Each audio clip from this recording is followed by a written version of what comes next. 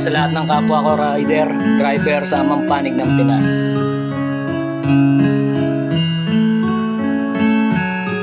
May naisulat ako may kleng talata. Oben Judas, true to life story, man. Let's go.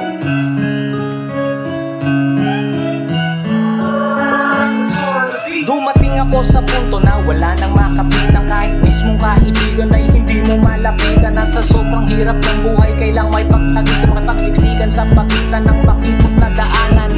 Ganyan ang buhay namin dito sa lansang lialing tana. Ang hirap at pagod na nararanasan na para lamang kumitay handang isaalang-alangan sarili dahil responsibilidad atang-atang. Tangan ng pangarap ng bawat isang anak. Dasal sa kada segundo na sana'y di mapahamak. Kahit kuminsa'y hinahamak, hindi pinanghihinaan tuloy ang biyahe ng buhay dahil hindi na mapigilan. Ang pagtaas ng presyo ng mga bilihin, sumabay pa ang petrolyo. Ang sakit isipin ngunit walang magagawa. Kahit gobyerno may sistema, tayo pa rin ang kikilos para pamilya'y may kainin.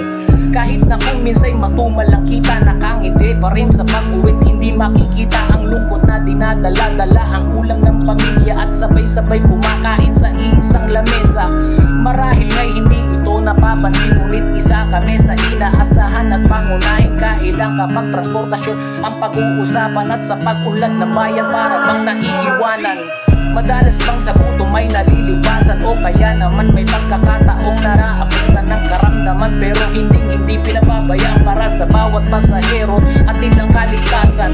Kaya sige diretso lang at huwag tumigil, umulan man o umaraw, walang makakapigil. Saludo sa lahat ng driver dito sa Pinas, tayo ay isang bayani kahit na panahon'y lumipas. Para sa mga rider at driver, tiyaga lang, kaya natin yan. Isipin natin lagi yung pamilya natin.